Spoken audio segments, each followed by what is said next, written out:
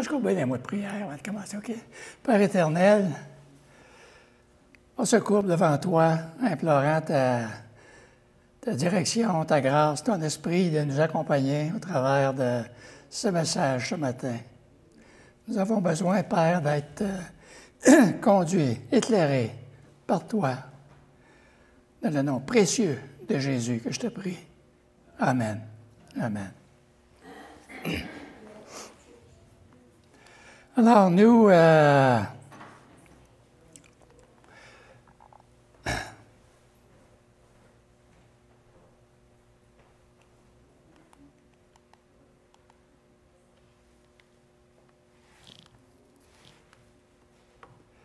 on est dans la prophétie des 6 premiers sceaux de l'Apocalypse, chapitre 6, versets 1 à 17. En discutant cette semaine sur le livre de l'Apocalypse, j'ai commencé à me poser plusieurs questions. Et une des questions, pourquoi étudier le livre de l'Apocalypse? Pourquoi la majorité des gens ne s'intéressent pas à ce livre? Pourquoi ce livre fait-il peur à une grande majorité de gens? Et cette semaine, dans ma lecture matinale, était dans Jérémie. Et puis en lisant Jérémie, je voyais un grand parallèle avec notre situation d'aujourd'hui concernant les prophéties de l'Apocalypse.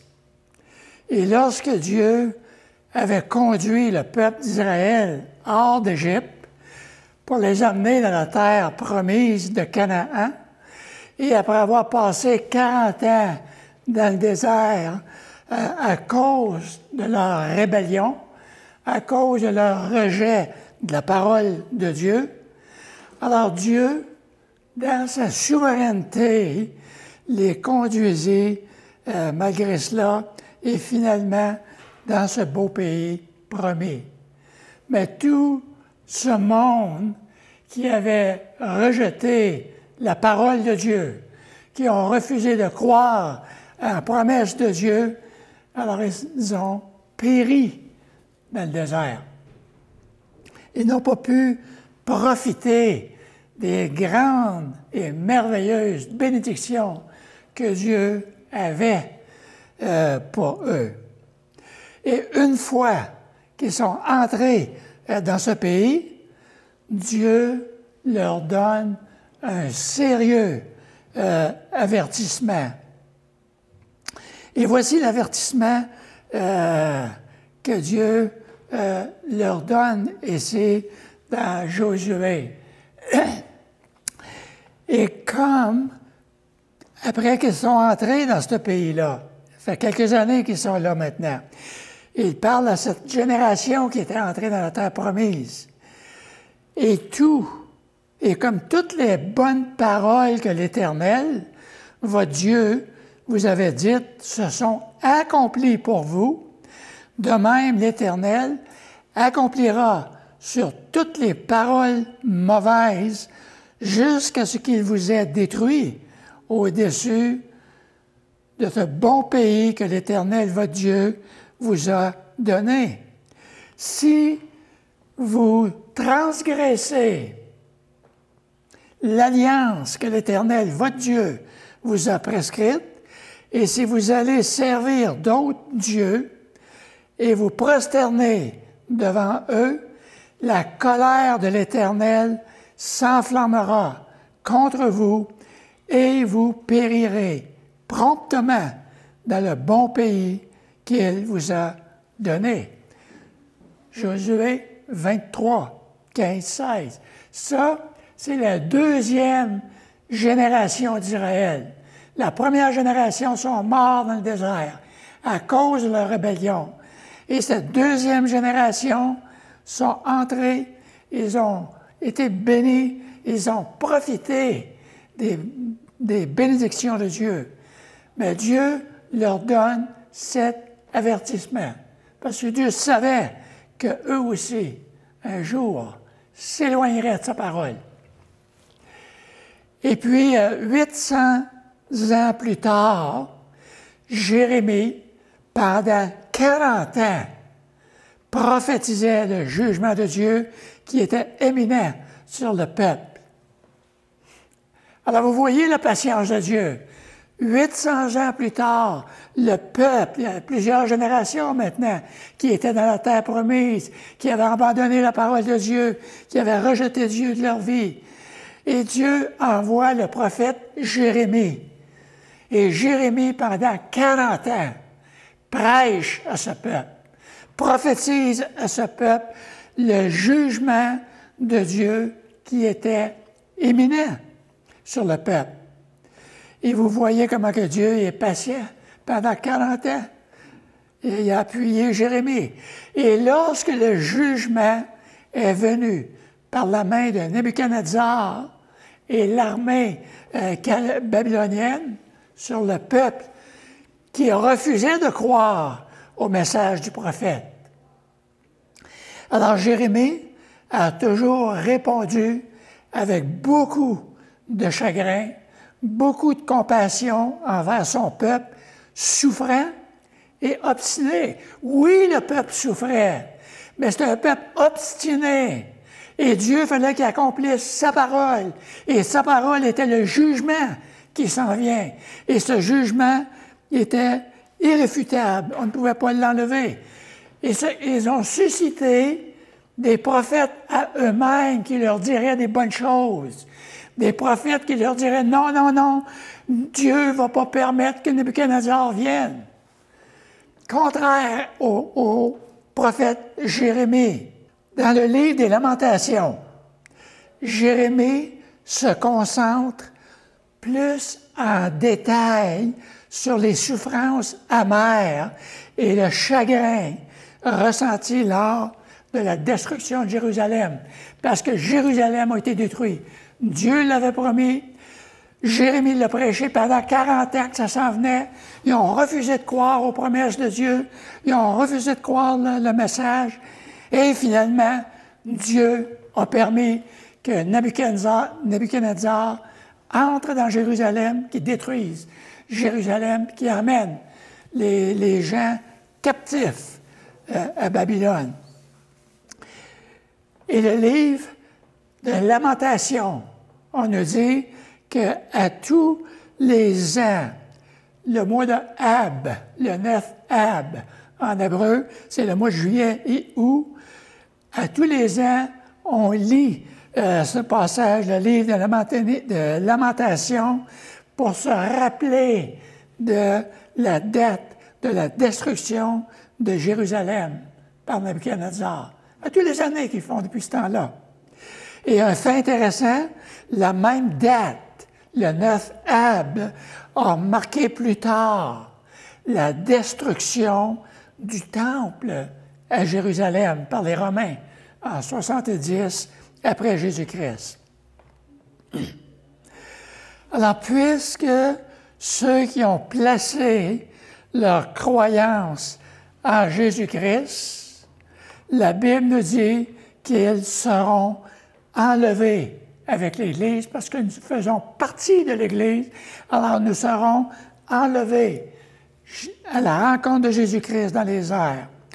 Donc, les prophéties de l'Apocalypse toucheront peut-être quelques incroyants, et je crois qu'il va en avoir plusieurs incroyants pour les amener à la repentance avant qu'il soit trop tard.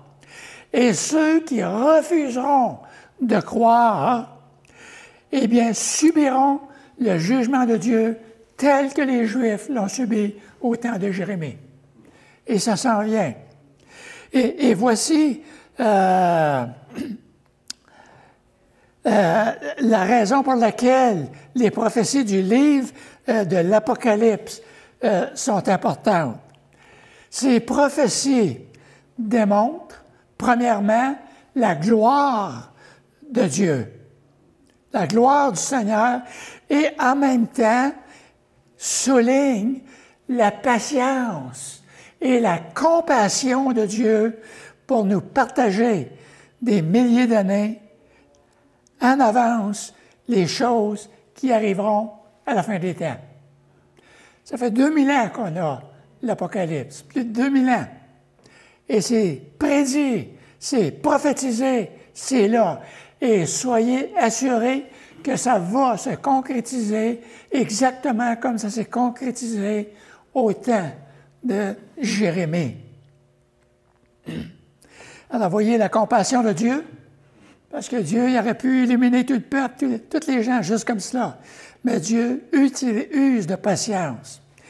La plus grande section de l'Apocalypse, c'était à partir du chapitre 4 de l'Apocalypse, aller jusqu'à la fin du livre, et décrit les événements tels que qu'ils sont commandés par Jésus-Christ à Jean. Dans le premier Jean, chapitre 1, lorsqu'il a dit, par exemple, à Jean, « Écris donc les choses que tu as vues, et celles qui sont, et celles qui doivent arriver après elles. » Au verset 19, premier chapitre. Le chapitre 5 se concentre sur un livre où les rouleaux, parce que c'était des rouleaux qu'il y avait à ce temps-là, contenaient le jugement de Dieu sur le péché, et personne dans le ciel ni sur la terre ne put l'ouvrir. Seul Jésus est digne de l'ouvrir. Et quand Jésus a pris le rouleau du livre, il a reçu les louanges de toutes les créations du ciel et de la terre. Maintenant, au chapitre 6, notre attention se concentre sur les événements qui se produisent lorsque Jésus ouvre les 6 des 7 sceaux, un à la fois. Et ce processus se poursuivra jusqu'au chapitre 8, l'ouverture des 7 sceaux. Et j'aimerais souligner, juste avant d'explorer ces quelques versets d'avertissement, il y a une chose très importante concernant notre relation avec Dieu avant que ce jugement arrive. La Bible nous enseigne que le salaire du péché, c'est la mort spirituelle. Ça veut dire que c'est notre relation avec Dieu qui n'est pas en ordre. On est séparé de Dieu. Et la seule façon pour l'homme d'être sauvé, eh bien, 2 choses. Soit de vivre une vie parfaite, sans péché, ou bien d'accepter l'offre du salut de Dieu pour le pardon par Jésus-Christ. Il n'y a pas d'autre option. Le premier point, c'est un X qui est dessus.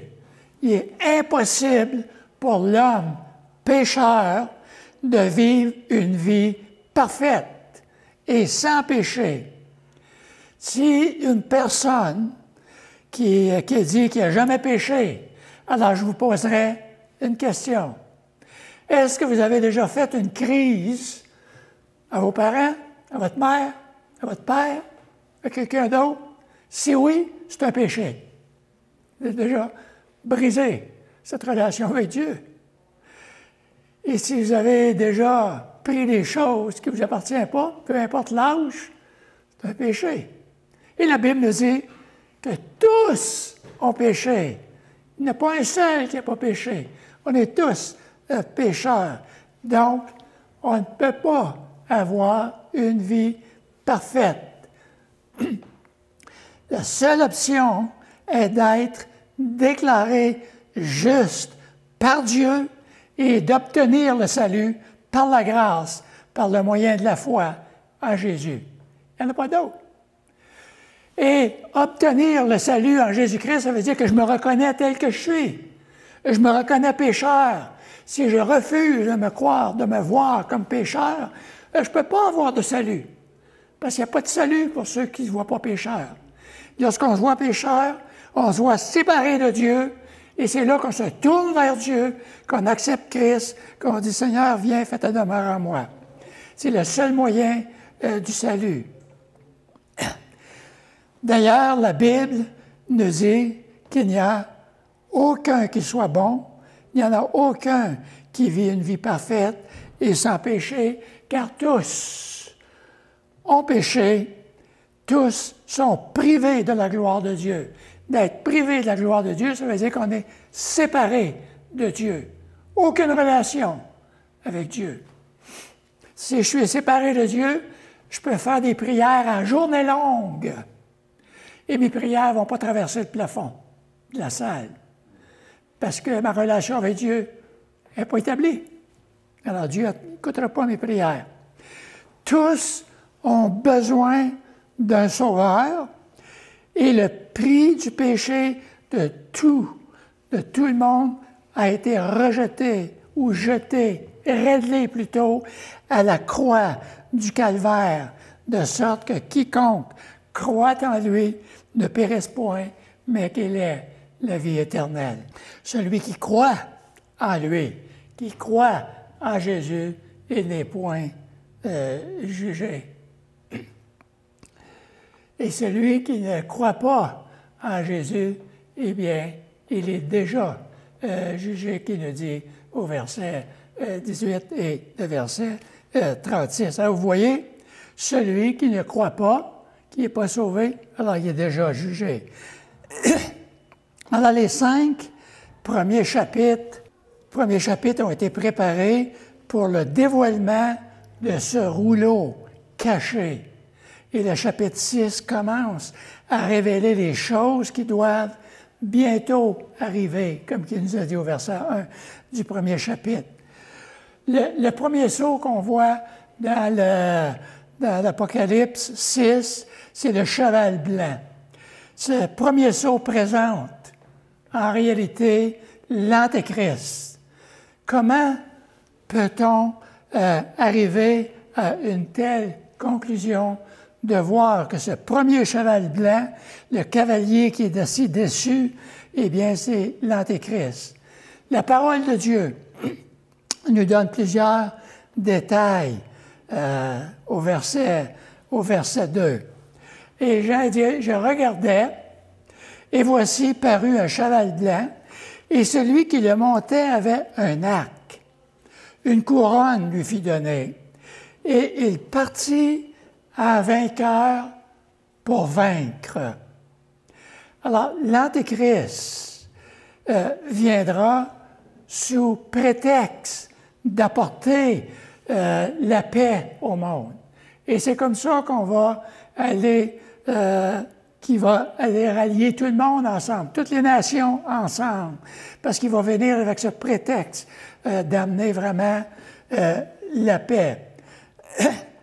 Alors, le cavalier que Jean voit sur un cheval blanc est un séducteur satanique qui donne l'apparence d'être un homme de paix, alors qu'en réalité, il est l'homme prophétisé de l'anarchie que Paul décrit, par exemple, comme étant le fils de perdition qui trompera et tuera une multitude d'hommes.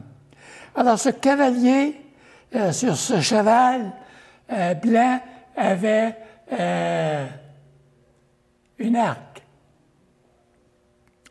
Il y avait, mais aucune flèche de mentionner. Alors, ce qui signifie qu'il y a une certaine autorité et c'est une conquête sans effusion de sang jusqu'à ce point-ci. Et une couronne lui fut donnée. Alors, son pouvoir est de partir en vainqueur et pour vaincre, tel qu'il nous le donne ici. Alors, cette figure de vainqueur est le plus souvent associée à l'Antéchrist, que nous voyons au chapitre 13, par exemple, de l'Apocalypse, qu'on va voir dans quelques semaines. C'est un chef politique qui s'opposera radicalement à Dieu pendant la tribulation. Le chaos qui s'ensuit après ce cavalier signifie que ce n'est pas Jésus sur ce cheval blanc, loin de là. Jésus reviendra séparément beaucoup plus tard, à la fin des temps, à l'Apocalypse 19, 20, établissant son royaume. Par exemple, Jésus viendra monter sur un cheval blanc. Il n'est pas là, ou non? Non. En tout cas, il n'est pas à l'écran pour quelques raisons. Mais dans l'Apocalypse 19, verset 11, nous dit « Puis je vis le ciel ouvert, et voici parut un cheval blanc, et celui qui le montait, il l'identifie ici, s'appelle Fidèle, véritable, et juge, et combat avec justice. » Le cheval blanc de l'Apocalypse 19 représente la justice. Il est monté par Jésus glorifié. Il est vêtu d'un vêtement qu'il nous dit dans ce passage-là, trempé dans le sang, qui est son propre sang versé pour nos péchés. Et son nom nous dit, dans le même chapitre, il est la parole de Dieu, qui est précisément ce que l'apôtre Jean appelle Jésus dans Jean 1 et verset 1. Alors le cavalier, au verset 2 du chapitre 6, a un rôle différent dans ces événements prophétisés. En recevant cette couronne, cela nous indique que l'Antéchrist exercera une grande autorité. Et nous pouvons comparer ceci avec les prophéties de Daniel. Il prononcera des paroles, ça c'est l'Antéchrist, des paroles contre le Très-Haut. Il opprimera le sein du Très-Haut et il espérera changer les temps et la loi, et les saints seront livrés entre ses mains pendant un temps, des temps et la moitié des temps. Nous avons déjà vu dans des études antérieures que le temps dont Daniel parle ici correspond à la 70e semaine, et cette 70e semaine est le temps de l'Apocalypse, du chapitre 6 à 19. Ce sont les 7 années de la grande tribulation que la Bible nous en parle. Alors, si la Bible n'est pas claire, alors il n'y a rien de clair pour nous.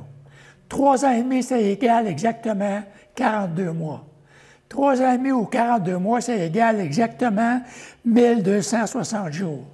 C'est aussi vrai que la Bible, elle est. C'est la même chose. Et nous lisons que celui qui montait le cheval blanc tenait un arc qui montre ses véritables intentions. Il avance comme un vainqueur déterminé à vaincre. Et ça, c'est l'Antéchrist. Ceci représente la capacité de Satan de tromper. L'une des principales tactiques de Satan est d'égarer les gens en apparaissant comme un ange de lumière qui représente la vérité.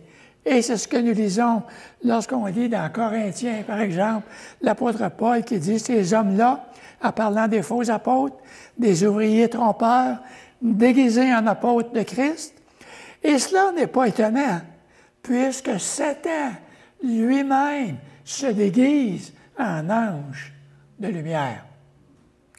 Satan est le père du mensonge, que la Bible nous dit, et Jésus-Christ lui-même qui le dit dans Jean. À la fin des temps, Dieu lui permettra de fouler aux pieds la ville sainte pendant 42 mois, selon l'Apocalypse qu'on a lu tantôt, 11.2. Exactement comme Dieu avait permis au roi Nabuchodonosor de prendre Jérusalem. Alors, l'Antéchrist essaiera de tromper toute l'humanité en lui faisant croire qu'il est leur sauveur. Le but de Satan à la fin des temps sera d'éliminer tous les chrétiens, car il y aura des milliers qui se convertiront au cours de la grande tribulation. Donc, Satan exigera de se faire adorer et obéir par l'humanité. Et c'est exactement ce que nous lisons dans Thessaloniciens, qu'il va exiger que les gens l'adorent, qui adorent ce personnage, l'Antéchrist.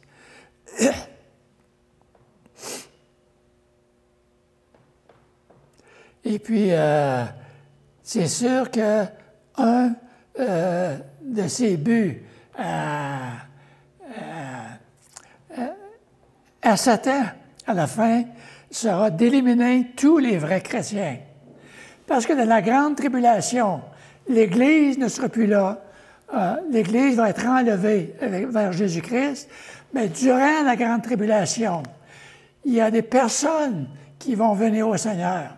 Et Daniel va nous en parler la semaine prochaine, parce que c'est là qu'on va voir une multitude qui va se convertir au Seigneur, qui va avoir 144 000 Juifs qui vont être des évangélistes pour Jésus-Christ.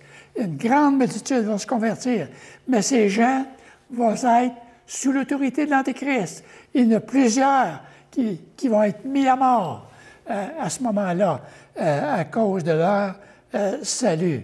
Donc, Satan exigera toutes ces choses de se faire adorer, et ceux qui voudront refuser de l'adorer, refuser de prendre la marque de la bête, eh bien, seront mis à mort.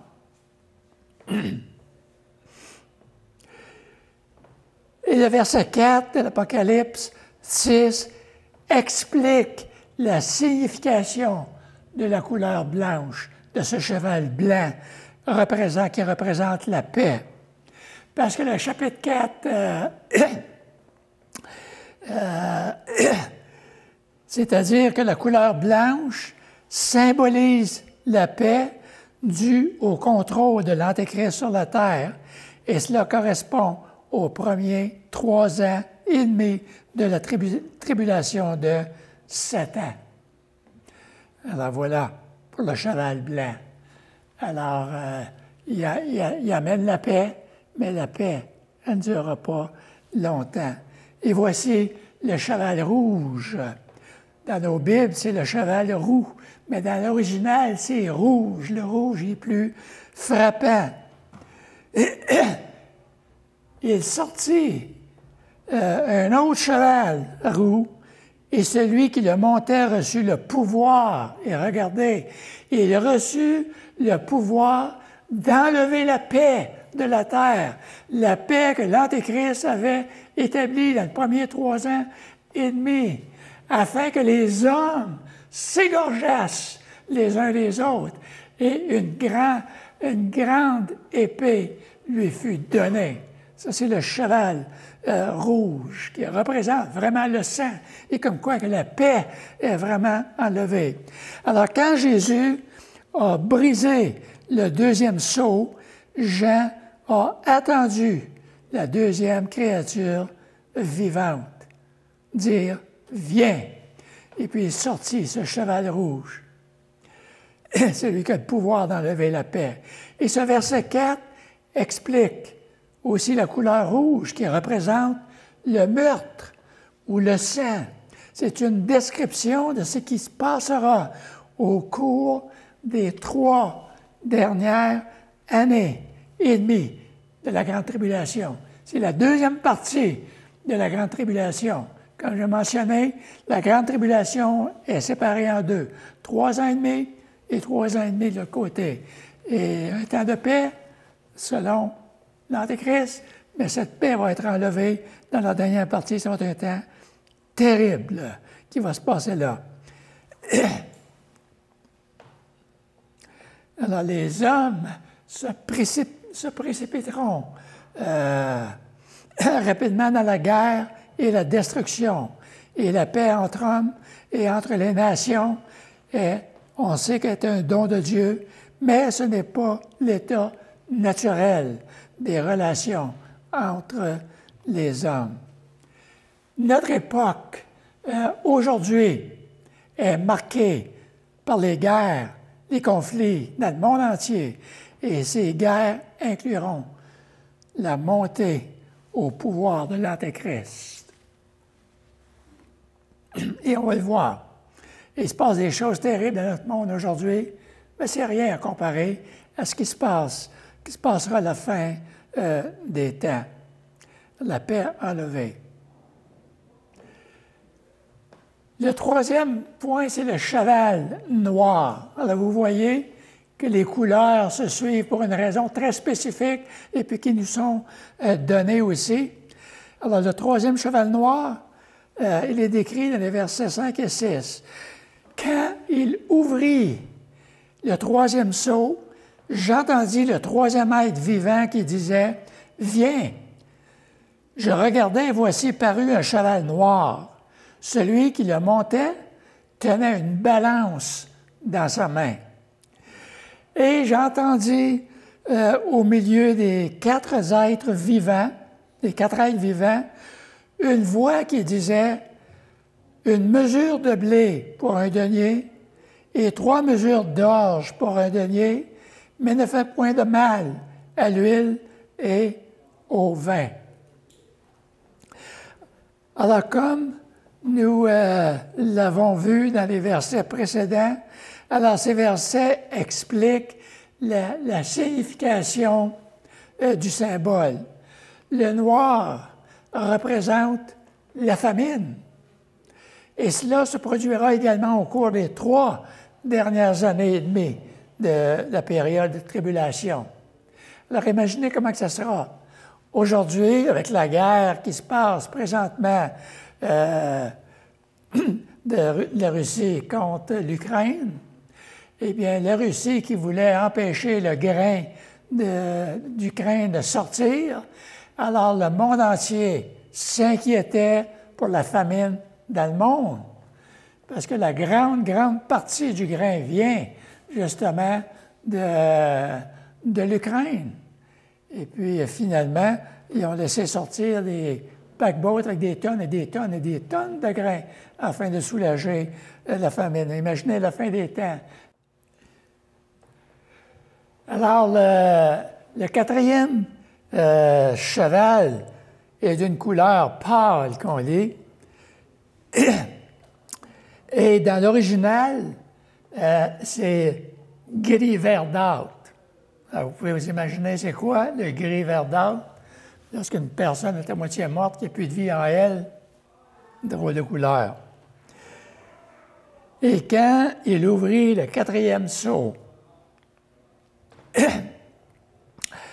j'entendis la voix du 4e être vivant qui disait « Viens ». Je regardais, et voici parut un cheval d'une couleur pâle, et celui qui le montait se nommait la mort.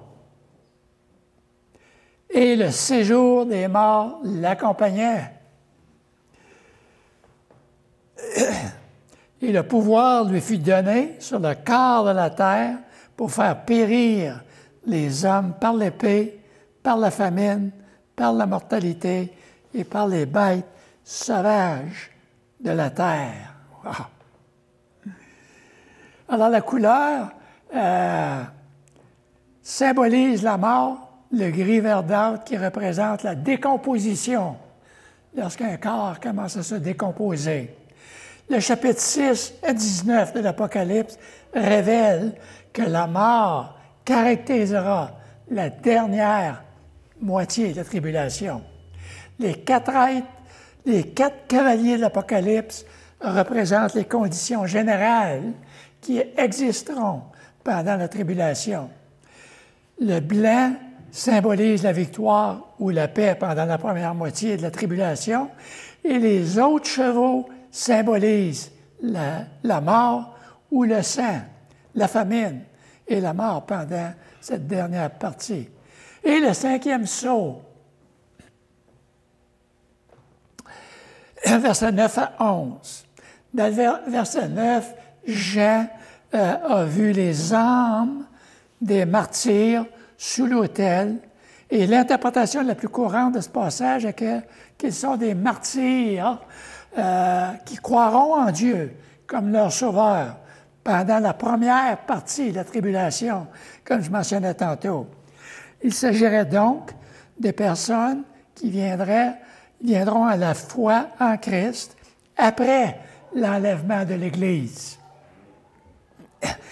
Et ces âmes sont probablement liées ou à la même que les croyants scellés qu'on va voir au chapitre 7. Jean a vu les âmes des martyrs sous l'autel et dans le ciel, et leur corps attendait la résurrection. Nous, on va déjà être ressuscités parce qu'on va aller à la rencontre de Dieu, mais ceux qui sont morts dans la première partie de l'Apocalypse, de la tribulation, alors eux vont ressusciter à la fin, juste lorsque le Christ revient après la 70e semaine. Donc, la place des martyrs sous l'autel indique qu'ils avaient sacrifié leur vie comme un acte d'adoration à Dieu. Ils ont refusé d'adorer l'Antéchrist, versets 12 à 17, que nous dit le 6e sceau. Je regardais, et quand il ouvrit le 6e sceau, il y eut un grand tremblement de terre. Le soleil devient noir comme un sac de crin, la lune devint comme du sang, et les étoiles du ciel tombèrent sur la terre comme lorsque un figuier, secoué par un vent, violent, jette ses figues vertes. Le ciel se retira comme un livre qu'on roule, et toutes les montagnes et les îles furent remuées de leur place. Les rois de la terre, les grands, les chefs militaires, les riches, les puissants, tous les esclaves et les hommes libres se cachèrent dans les cavernes et dans les rochers des montagnes. Et il disait aux montagnes et aux rochers, « Tombez sur nous, cachez-nous devant la face de celui qui est assis sur le trône et devant la colère de l'agneau, car le grand jour de la colère est venu. Et qui peut subsister? » En versets 12 à 17. Alors, lorsque l'agneau de Dieu ouvre le 6e sceau, un tremblement de terre dévastateur se produit, provoquant un bouleversement massif et puis une terrible dévastation, ainsi que des phénomènes astronomiques inhabituels. Alors, le soleil est devenu noir comme un vêtement funéraire, et la lune entière est devenue rouge comme le sang, et le ciel se retira comme un livre qu'on roule, et chaque montagne et île furent remuées à sa place. Alors les survivants du 6e sceau, quelle que soit leur position sociale, se réfugient dans des grottes et crient aux montagnes et aux rochers, « Tombez sur nous et cachez-nous devant la face de celui qui est assis sur le trône et de la colère de l'agneau, car le grand jour de leur colère est venu, et qui peut résister? » Alors imaginez tout le monde qui va être là, qui ont rejeté Dieu. Ils vont vouloir demander aux montagnes de tomber sur eux, et ça ne fonctionnera pas. Après l'ouverture du 6e sceau, des 7 sceaux, eh bien, se trouve un intermède là, dans le livre de l'Apocalypse. On vient de voir les 6 sceaux dans le chapitre 6, et le 7e sceau, c'est dans le chapitre 8. Et puis, il y a un intermède entre les deux. Jean décrit les 144 000 Juifs qui seront protégés pendant la tribulation. Puis, au ciel, il voit une grande multitude que personne ne pouvait compter, debout devant le trône et devant l'agneau. et qui écrit le salut appartient à notre Dieu qui est assis sur le trône et à l'agneau. Et Daniel nous partagera ce chapitre par la grâce de Dieu la semaine prochaine. Alors, on ne donne pas tous les petits détails comme qu'on a mentionné dans l'Apocalypse, mais mercredi soir, on va en regarder le chapitre 6 un petit peu plus, peut-être un petit peu plus détaillé. Mais ce qu'on voulait établir ce matin, c'était vraiment les choses qui s'en viennent et la signification de ces cavaliers qu'elle nous présente ici. Et c'est ça qui est le restant de l'Apocalypse. Va se courber dans votre prière. Père éternel, on veut te remercier pour ta parole que tu nous as donnée.